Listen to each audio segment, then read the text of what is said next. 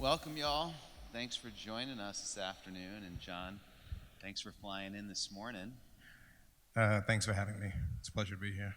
I will say, I had the pleasure and privilege of being in the audience during the last segment with the Harvard Diversity. Is it Council Club?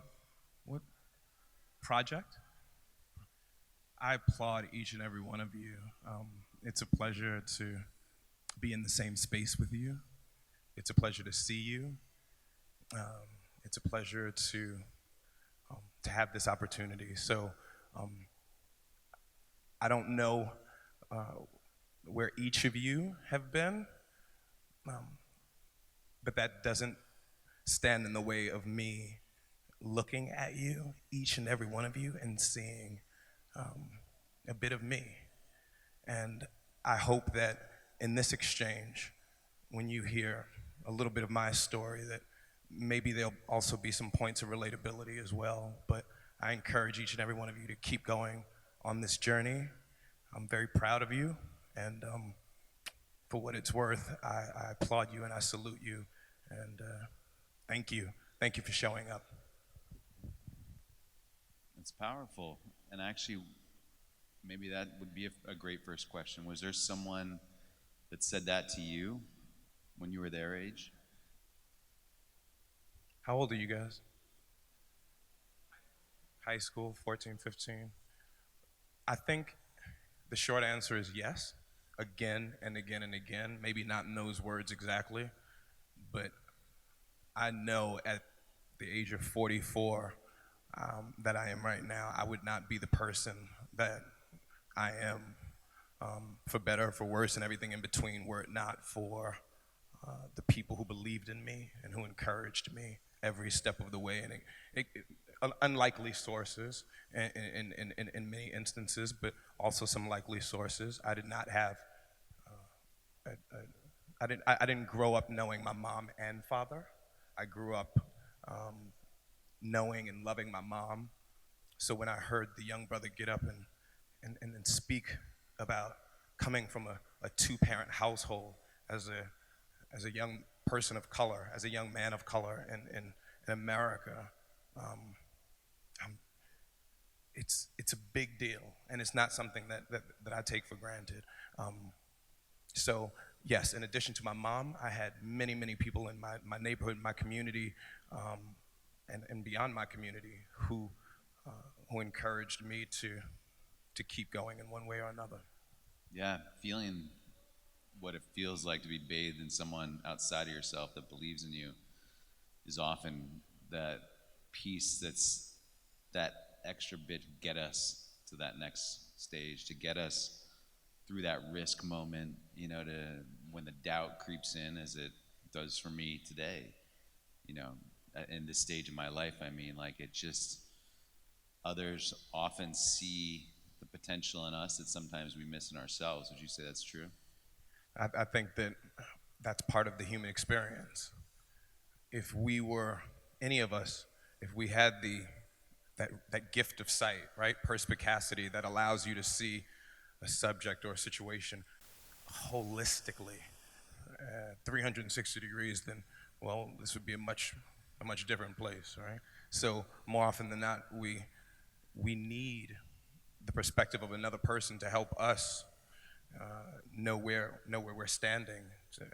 It's none of us exist as islands. Whether it's a business, whether it's family, it all comes down to relationships and how we relate to each other as the individuals before we even occupy the larger ethos of the systems, the smart cities. We begin as these cellular individuals, acting, interacting, bouncing off of one another. Yeah. So this is also just fun to get to know you, John, because we're about the same age. I'm just a couple of years younger than you are, but it means I didn't know it, but I grew up around your music, and I can remember lyrics where your name was like shouted out, but who this John Forté character was, I had no idea. And so it's cool if you live long enough to sort of see things come around in a circle in other ways and in new ways. And so one, it's just fun to have this conversation with a peer who I didn't know at that time, but knew through your music. And I think one, just for some of the folks in the audience who may not know all about your story, there's so much to it, so we won't go into it too deeply or we'll eat up all the time. But I do want to start with this idea of, in an inclusive economy, we're moving between different worlds all the time. And we're trying to figure out not just how to bridge them, but how to actually include others, particularly in a mainstream economy or in in economic mobility. And as a kid, you grew up in Brownsville, in a really vibrant, you called it, and beautiful, but also challenging and distressed neighborhood. And then you leapt into Phillips Exeter, where one of the most elite private schools in the country, and have, it sounds like, been able to adapt and either thrive or fail, or at a very least understand and be an empath in these different communities. And so the first question is, how has that part of your background, how does that inform today, help you navigate building an inclusive economy around cannabis? Like, what did it teach you in that way that you're deploying today? The notion of social equity, social impact, inclusion, inclusiveness, these are catchphrases. These are words that are resonant, and you'll hear them come from the mouths of a lot of folks who are trying to activate diversity, actual diversity in the space. And yet, being a brown kid from Brooklyn growing up, I always felt present. I always felt here. I always felt included. Why? Because I existed. So the notion of inclusion, social equity, social impact is really the acknowledgement of, call it the white male patriarchy or superstructure, acknowledging others into the mix. But the others have always been in the mix. America would not be America were it not for the others that have come before and that have built this. So we've always participated in one shape, form, facet of this economy. Whether we've been acknowledged, whether we've been given access, whether we've been given a path to ownership, to legitimate ownership, that's a different question.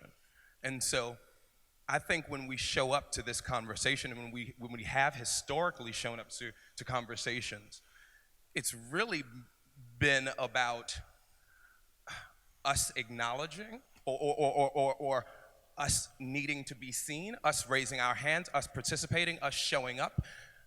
Because if we don't show up, as we heard from an earlier panel, those who are not in the room or those who are not at the table often find themselves on the menu. So it would behoove us to continue showing up, to continue engaging, to continue being our best advocates, because no one will fight for you. No one will fight for you.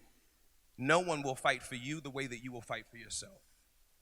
And so that's what I've learned in the range of my being, from abject poverty to extreme opportunity, and then navigating both of those worlds.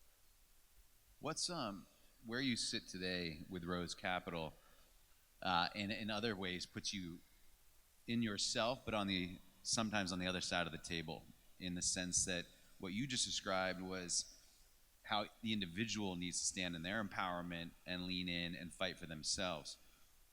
Talk to me about the other side of that piece of the puzzle now.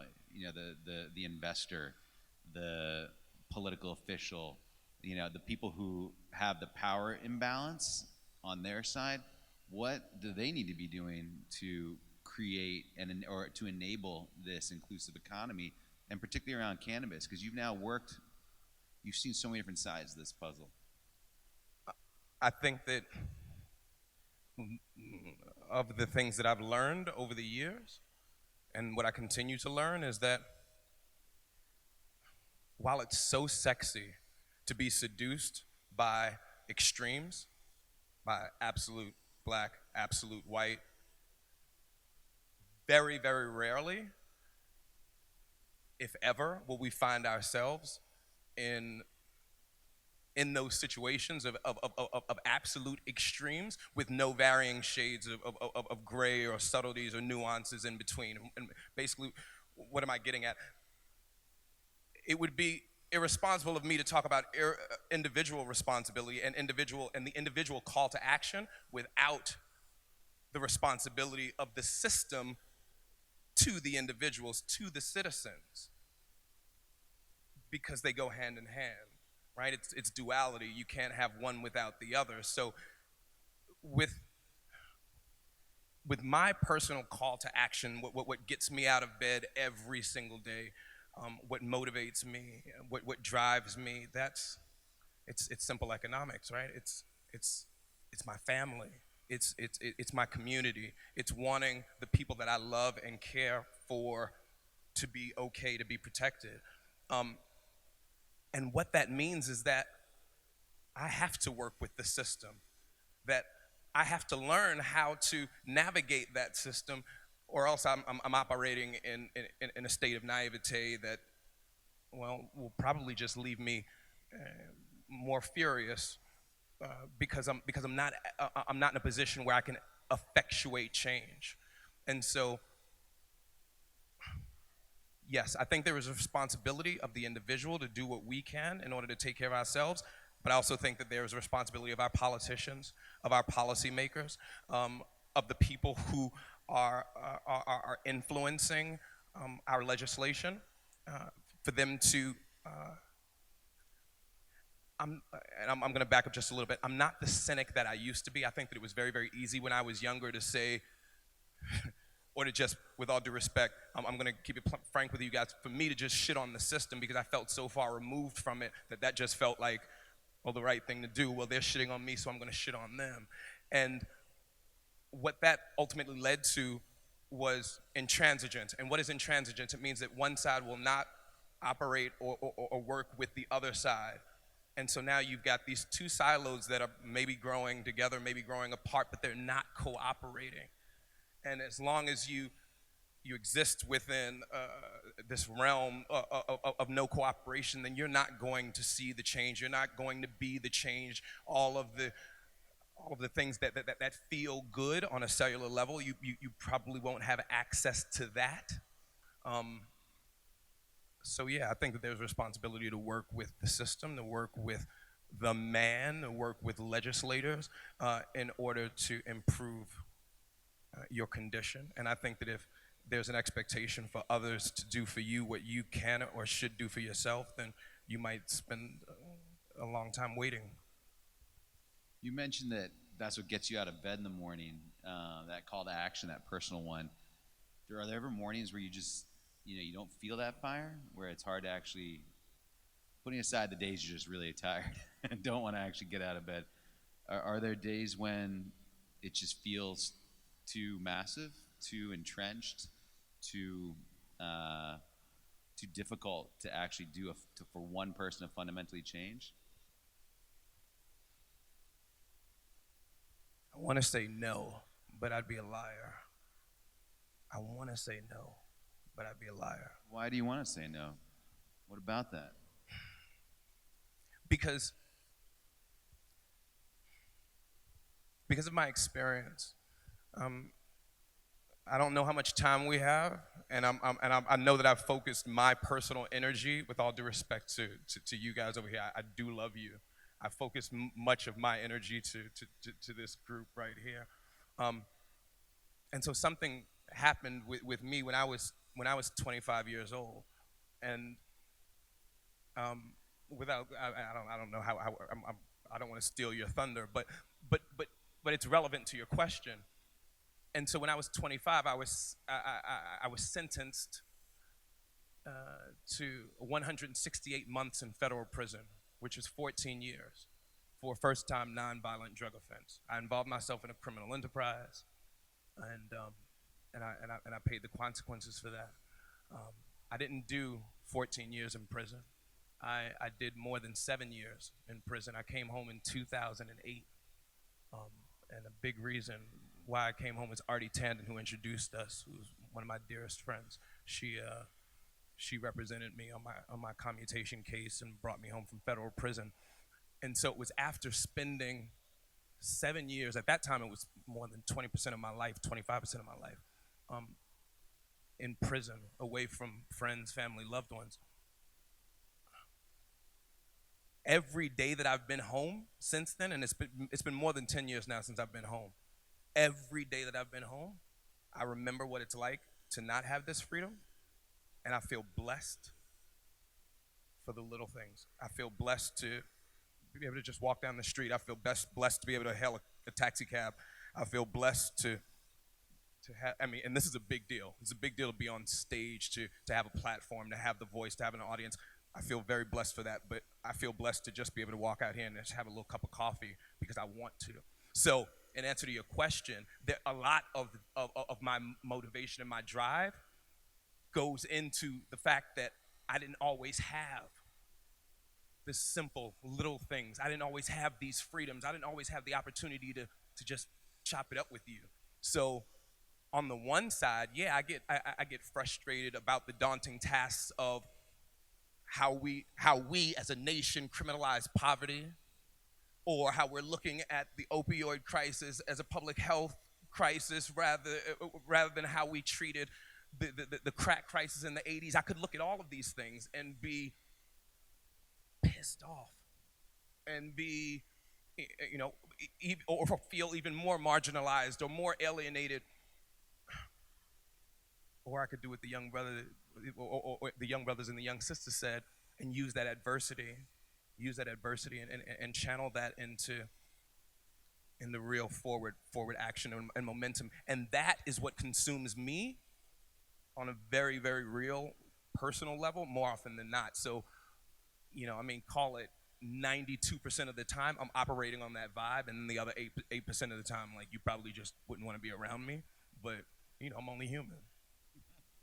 I think that's the spirit, is that all of us are just only human, and that it's about, taking those moments, and some of us face greater adversity than others. Some of it's acute, some of it is chronic, some of it, is our own creation very directly. Others, it's from an outside external. I mean, it's all a mix, of course, but the idea is that we all face it, and I think, to me, the most compelling people that I'm drawn to are ones who acknowledge, is what, like you just did, that look, like there's days when it is tough, or when I'm not my best self, and that the ethos of gratitude, which it feels like you really endeavor to live on a day-to-day basis, is even more pronounced because of these very basic lacks that you had of freedom, for instance, that has enabled you to even be more, this mindset of deep gratitude. But look, man, you're just someone too who's navigating a day with your little daughter, who's trying to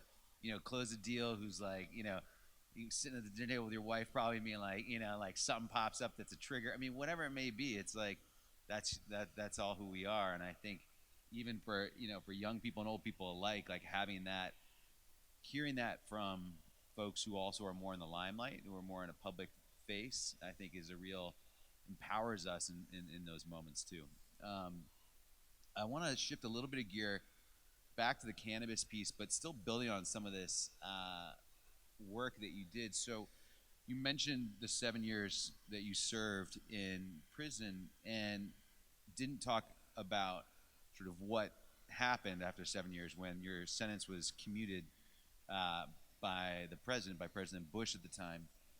What I think was so interesting about that, and I want to see how you apply it today, is that you really built, and Artie, it sounds like as well, but built kind of a movement around your circumstance, or others did for you, right? You had unlikely bedfellows from, Senator Hatch, a very Republican conservative senator, and you had Carly Simon. You had kind of this unlikely force of folks who believe for different reasons, right, but still in that same one outcome, that there was some kind of injustice now that was ongoing that needed remedied.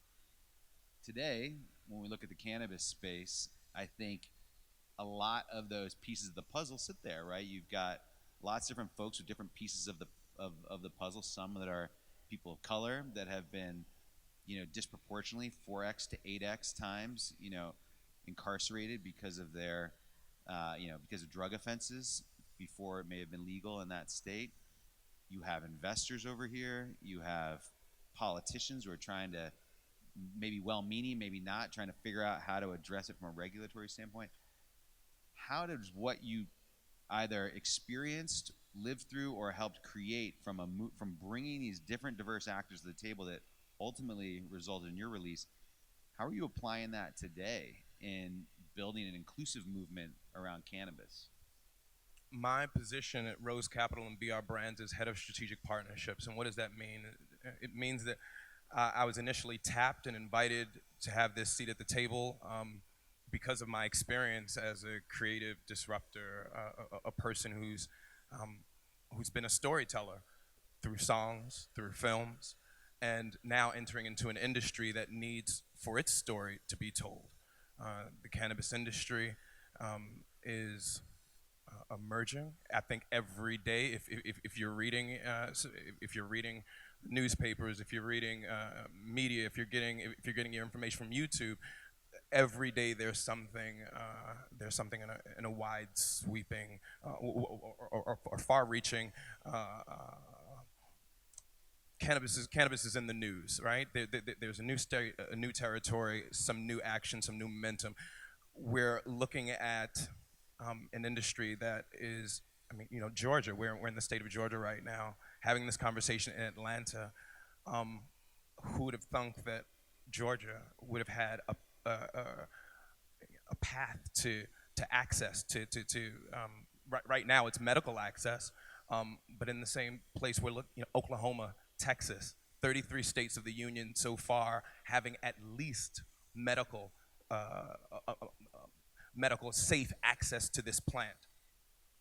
What does that mean? It means that when I was your age or a bit older, and thinking about cultivating a relationship maybe with this substance, we were doing it in the shadows. We were doing it with fear of prosecution and persecution. And many of us formed relationships with the criminal justice system for one joint, for something that nowadays, now it's an industry, now it's popular, now it's thriving. But many of us, people of color, lost years, lost access to community, lost access to employment because of the failed war on drugs. So my showing up every day to a private equity firm that invests in cannabis as the head of strategic partnerships, like the irony of that opportunity, or the opportunity of that opportunity, it's just not lost on me. And I also know that I'm not just showing up for myself. I'm ticking a few boxes by showing up. And it's not good enough for us in 2019 to be consumers of this plant, now that we are deeming it not as harmful or as look, we didn't have because cannabis is Schedule 1, we don't have access to yet clinical research and trials and studies to really, I think, elevate this ingredient to the status that we're ultimately seeing. But we're on our way, and I just feel that, what, no one had told me that I have a duty or I have a responsibility to try to invite more into the fold. But I know it, and I would be remiss if I didn't. So what I'm doing at Rose Capital is I'm architecting, with the help of others in the space, our social equity programs, our social impact programs, so that we can have incubators and accelerators to provide access to teach folks vital skills to train them so that they can come into this business and have a stake at real ownership here. So that's why I'm showing up every day. I want to ask if there's a question from the audience, and if there is, yeah, we'll start with you. If you just want to stand up and say it, and then if I'm happy to repeat it so that everyone can hear.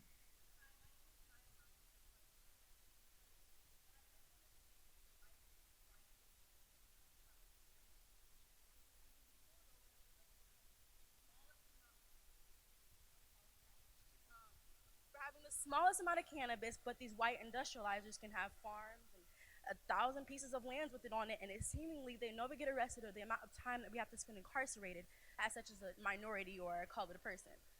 So I would just like to ask you, how do you address that in such a manner where it's like you're constantly having to talk about it, but what is the changes being made, because it's such an issue that is growing so rapidly but not changing? Thank you, Ramaya. Is that you, Ramaya? Thank you so much, Ramaya, for your question and for your statement.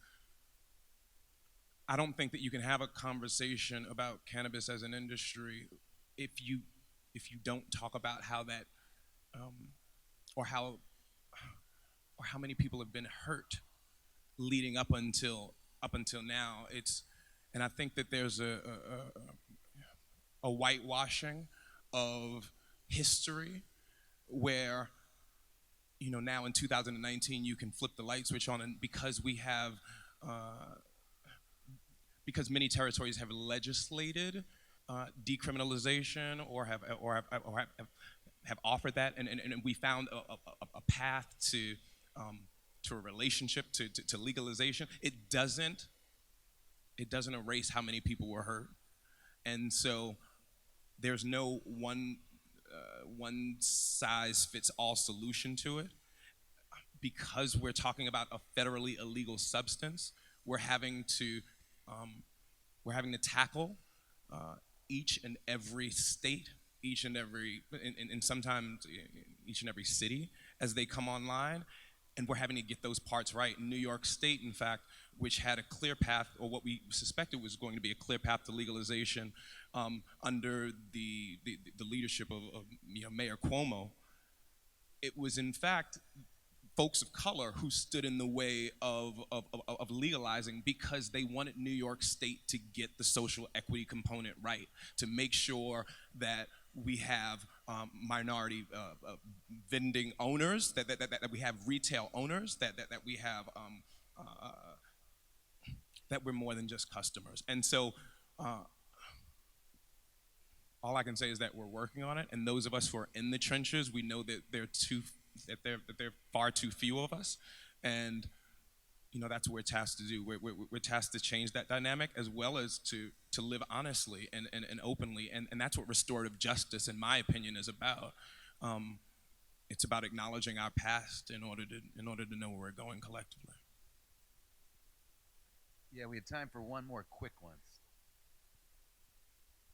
So you talked about how the United States federal government treated the war on drugs versus the opioid epidemic. Can you just expand on that and the similarities and differences? Sure, absolutely. I mean, what we and I'll be quick because we've just run out of time. So the difference between what we saw with the so-called war on drugs that happened arguably, around the Nixon era, was an enforcement of basically the control over people's bodies, all right, en masse, for substance abuse that was targeted and criminalized. The behavior was criminalized.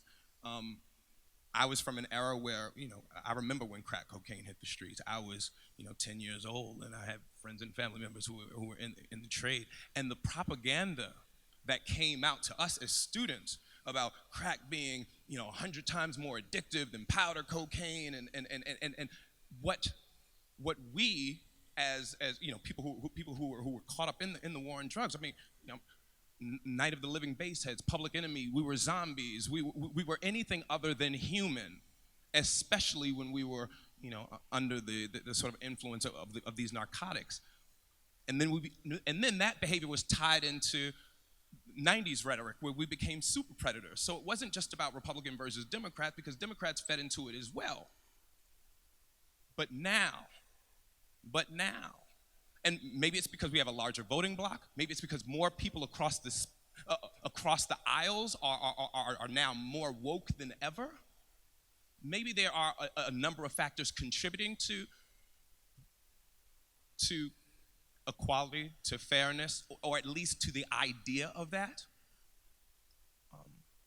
And on the path to that, please know that from here to there, your efforts, what you are doing, showing up, engaging in critical discourse, matters. It fundamentally matters to show up as a sentient, intelligent human being, to see and be seen. It matters.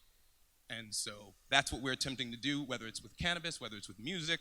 I'm tying it all up on a bow. It's a pleasure to be here. I love you. Brendan, thank you for interviewing me. I know we're out of time. No more questions. My name is John Forté.